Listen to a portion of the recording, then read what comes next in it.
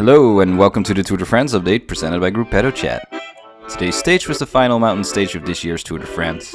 It ran 446.5 kilometers from Megève to Morzine in the French Alps. Along the way, the riders faced one intermediate sprint and four categorized climbs, one of second, two of first, and finally the Jouplan plan of Hors categorie. In the rain of the 20th stage, Michael Matthews of Orca Bike Exchange won the intermediate sprint.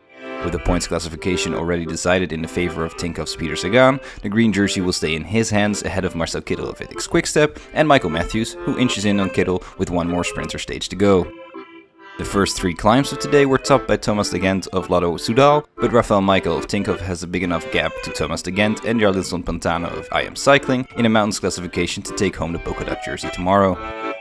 The stage was won after a dangerous descent by Jon Izagirre of Team Movistar, ahead of Jarlinson Pantano and Vincenzo Nibali of Team Astana, in what some called the World Championship of Descending.